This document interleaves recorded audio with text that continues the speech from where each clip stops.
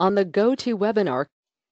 Bonjour à toutes et à tous, Valentin Franc avec vous pour ce webinaire spécial crypto-monnaie. Alors sans plus attendre, nous allons commencer par l'avertissement des gars sur les risques avant de débuter l'analyse du top 10, l'analyse technique du top 10 des crypto-monnaies.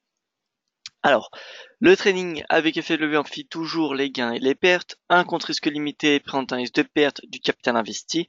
L'investissement sur compte titre présente un risque de perte en capital. IG font exclusivement un service d'exécution d'ordre. La présentation est indicative et ne saurait être considérée comme un conseil ou une recommandation. Maintenant que l'avertissement égale ce risque a été donné, on passe tout de suite à l'analyse technique. Alors tout d'abord, nous allons un petit peu jauger la température du marché avec, comme vous pouvez voir, une capitalisation boursière qui a à nouveau fondu. C'est depuis le début du mois de juin, comme vous pouvez le constater. Vous voyez que sur un mois glissant, on a une capitalisation boursière qui a été presque, qui a perdu plus d'un tiers. Elle est passée de 390 à actuellement 276. Donc on a plutôt une tendance baissière sur du court moyen terme. Sur 3 mois, on peut voir un marché qui consolide à l'image un petit peu de la tendance du Bitcoin qu'on va constater, qu'on va regarder dans un petit instant. Et depuis le début de l'année, eh bien le marché est toujours bien orienté à la baisse, comme nous pouvons le voir. Néanmoins, il n'est pas assez plus bas. Il n'est pas assez plus bas de l'année, aux alentours des 240 milliards de dollars qui avaient été atteints le 1er avril. Donc voilà, la situation n'est pas non plus catastrophique.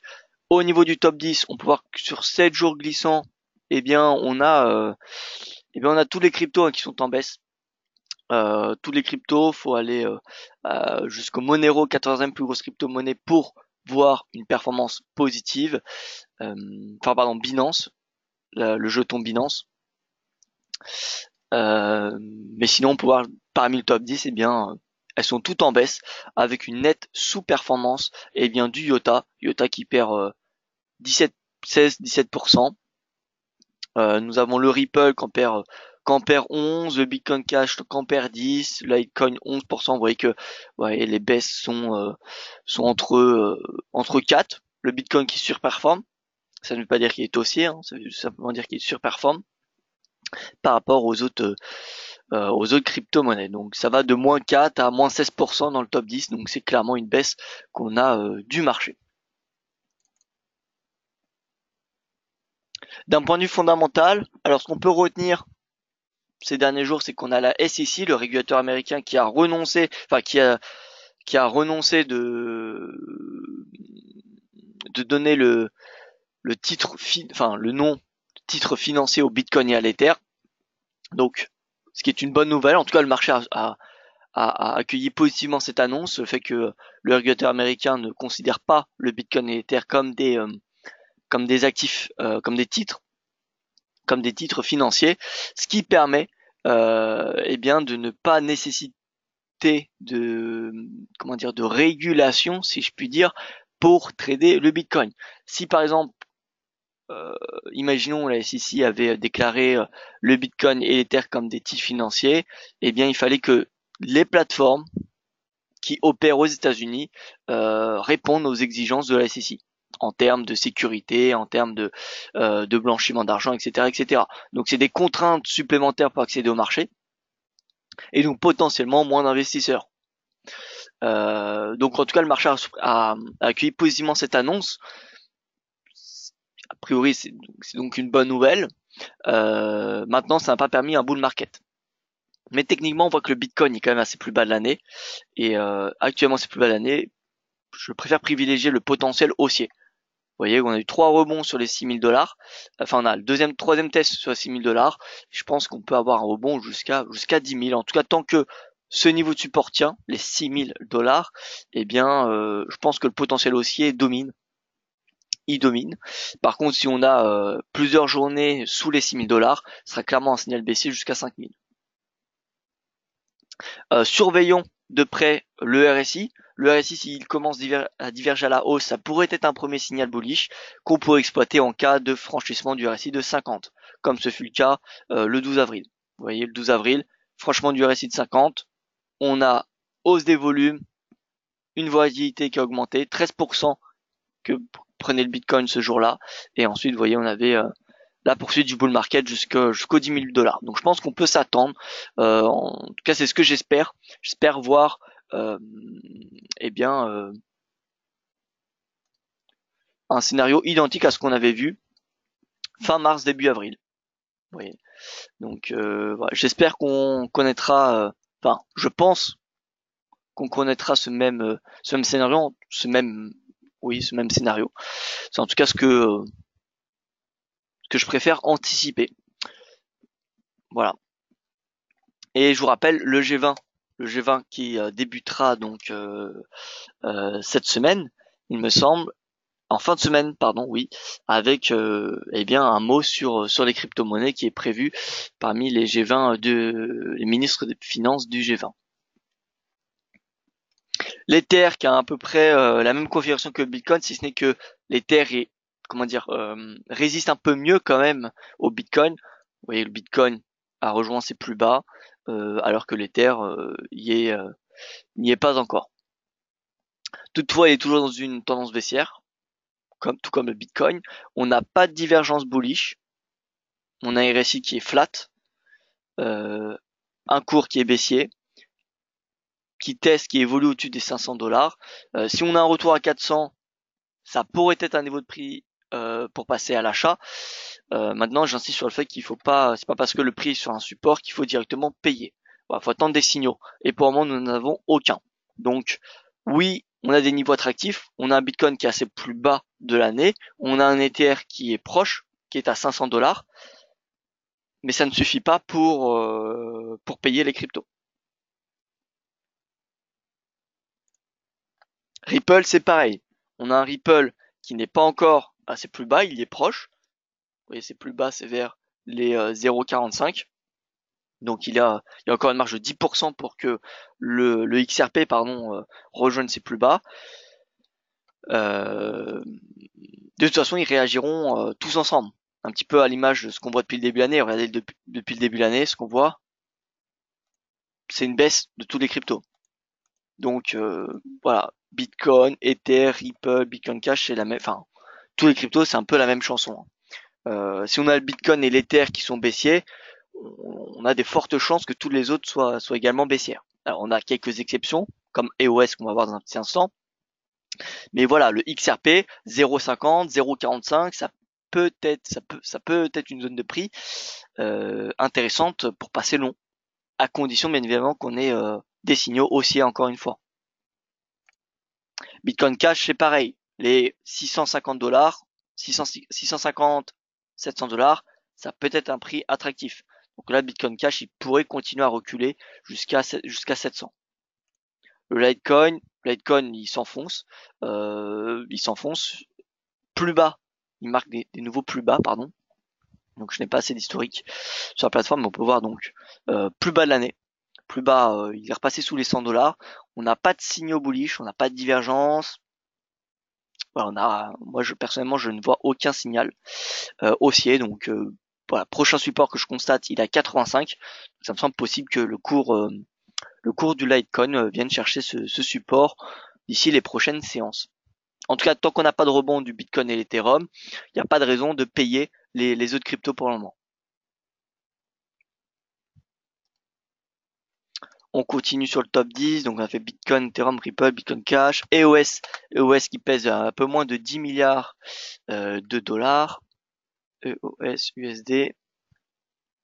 Ouais, donc EOS résiste beaucoup mieux. Il y a eu un très très bon bull market qui lui a permis d'inscrire des nouveaux plus hauts en avril. Maintenant, on a une phase de respiration, ce qui est plutôt normal, hein, drainé en plus dans un marché qui est plutôt baissier. Oui, EOS n'est pas ses plus bas. Oui, il a marqué des nouveaux records, mais si on superpose EOS et le Bitcoin, ils ont globalement les mêmes tendances. Vous voyez, ils réagissent au même moment.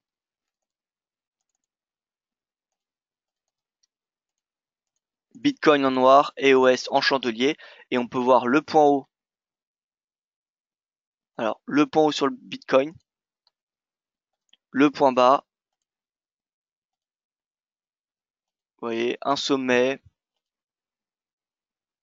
ici le sommet, vous voyez qu'on a des phases globalement, alors pas au jour même, mais vous voyez Bitcoin en baisse, EOS en baisse. Bitcoin en hausse, EOS en hausse. Bon, maintenant, on n'a pas les mêmes performances. EOS a fait une belle performance depuis le début de l'année. EOS fait une performance de quand même 31%, alors que tous les autres cryptos sont dans le rouge, hein. Faut pas l'oublier. Donc voilà, c'est plutôt une bonne performance pour EOS. Maintenant, il est drainé. Il est drainé par le marché. Alors, il est drainé par le marché. On va refaire l'analyse technique pour partir sur une base vierge. Alors, prix de clôture mensuel, hein. Les prix de clôture mensuels, très importants.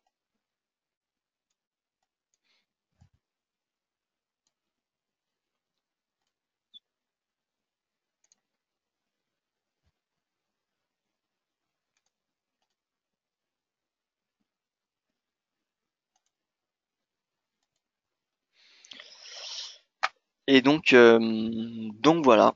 Là, on a un niveau de support vers les 6 dollars. Donc, c'est possible que EOS revienne à 6 dollars tant que, en tout cas, le Bitcoin et l'Ether sont sous pression. C'est vraiment ce qu'il faut comprendre, hein. Tant que ces deux cryptos sont sous pression, il n'y a pas vraiment de raison que le marché, comment dire, eh bien, enfin, que certaines crypto-monnaies rebondissent sur du moyen terme. Voilà, si par exemple on demande un rebond du Bitcoin et l'Ethereum depuis les supports actuels, s'il dure ce rebond pendant 1 à 2 semaines, il y a fort à parier que EOS revienne rapidement à 20 dollars. Étant donné que c'est une crypto qui est privilégiée par les investisseurs depuis le début de l'année. Continue sur Stellar. Stellar, eh bien Stellar qui comme le Litecoin a toujours du mal à se reprendre, hein.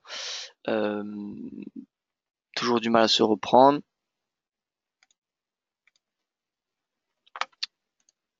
Donc on va essayer de chercher un graphique. Voilà. Donc on a ce support, vous voyez à 0,2032 sur lequel le cours a parfaitement rebondi le 13 juin dernier, hein. Donc voilà, c'était le plus bas comme vous pouvez constater du mois de mars. Et voilà, ce niveau de support est intéressant techniquement pour passer long. Maintenant, encore une fois, tant qu'on n'a pas de divergence, et pour le moment il n'y en a aucune, tant qu'il n'y a pas de divergence sur plusieurs cryptos, pas sur qu'une seule, hein, parce que si on a une divergence sur une seule alors que tous les autres crypto-monnaies sont en baisse et que les momentum sont en baisse, pareil, ça peut être considéré comme un faux signal. Donc tant qu'on n'a pas de signaux haussiers sur eh bien la plupart des cryptos, c'est très risqué, je trouve, de payer même une crypto particulière.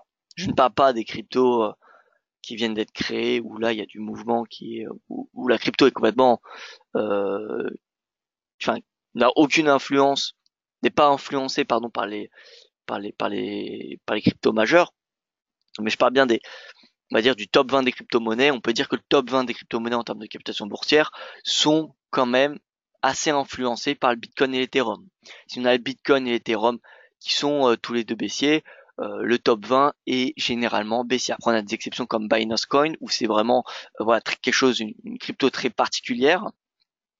Mais mais voilà, sinon on voit que clairement la tendance est baissière. Et à l'inverse, lorsqu'on a le Bitcoin et l'Ethereum qui sont haussiers, on a un marché et tous les autres cryptos qui en profitent.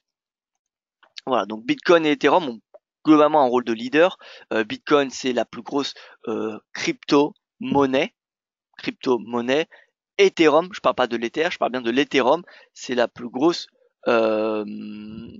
blockchain en termes de smart contract. En tout cas, c'est la plus populaire. Donc voilà, c'est un petit peu les deux têtes d'affiche de ce marché. C'est un petit peu comme si bon, il n'y a pas vraiment de comparaison finalement sur les commodities ou sur les indices boursiers ou sur le forex, mais donc voilà, l'Ether et le Bitcoin, c'est vraiment les deux leaders. C'est ceux qui donnent la température du marché.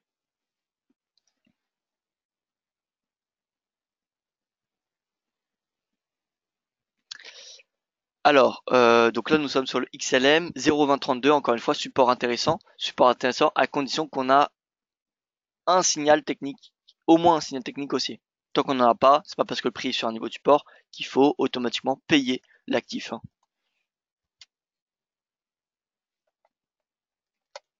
ADA, USD, pareil, revenu à son plus bas. Vous pouvez voir que la situation de différentes crypto-monnaies coïncide. Elles coïncident quasiment toutes, à part EOS, encore une fois c'est une exception, mais si on regarde Litecoin, bref, tous les cryptos, on a un point bas fin mars, début avril, et bien la plupart d'entre elles sont revenues à ces niveaux-là. Bitcoin, ADA, XLM, voilà, Ripple, voilà, il y en a un tas qui sont revenus à ces niveaux. Donc pareil, hein, même topo. Là, on peut voir qu'on a une légère divergence haussière. Vous voyez, on a une légère divergence. Alors, ce n'est pas pour autant qu'il faut payer, étant donné que elle est que, on va dire, locale. Cette divergence, elle n'est pas sur le Bitcoin ou l'Ether. Donc, encore une fois, tant qu'elle n'est pas sur le Bitcoin ou l'Ether, eh bien, ça semble compliqué d'essayer de profiter de cette divergence, ce signal. Donc voilà. Honnêtement, je ne prendrai pas en considération, je n'utiliserai pas cette divergence pour trader l'ADA. Par contre, ça peut être un signal précoce pour le marché. C'est-à-dire que peut-être que la divergence commence par ADA et ensuite on va la voir sur le Ripple, sur le Bitcoin Cash et enfin sur le Bitcoin et l'Ethereum. Donc bah, c'est peut-être un signal qui annonce une fin de marché baissier. On continue sur Myota et ensuite TRX. Je crois qu'il n'y a pas de question pour le moment. Myota, alors, pardon, IOTA USD. IOTA USD, pareil, plus bas fin mars, début avril, qui est à 1 dollar, et bien c'est ce niveau-là que le IOTA va très probablement venir chercher lors des prochaines séances. Donc il y a 14% de baisse sur l'IOTA, je pense, et avant de potentiellement voir un rebond. En tout cas, plus les cryptos majors arriveront sur des supports, plus il y a de chances qu'elles soient payées.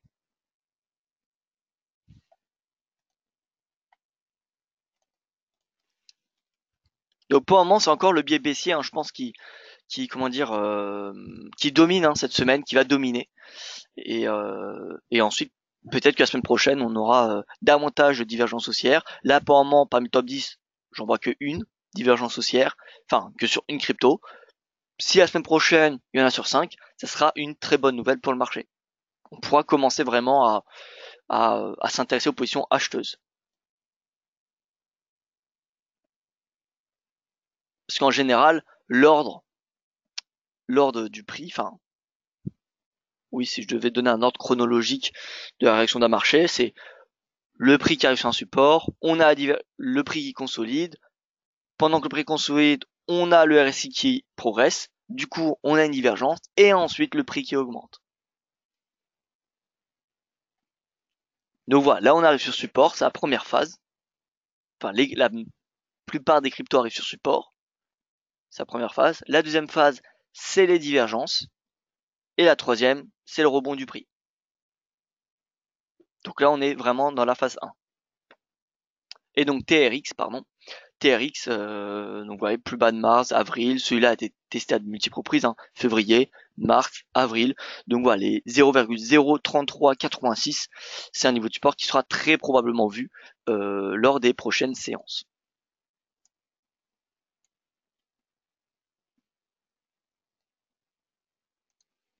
Et donc voilà, écoutez, je vois qu'il n'y a aucune question. J'estime donc que ça a été clair. Je vous remercie pour votre attention. Si vous en avez, n'hésitez pas à me les poser via les réseaux sociaux.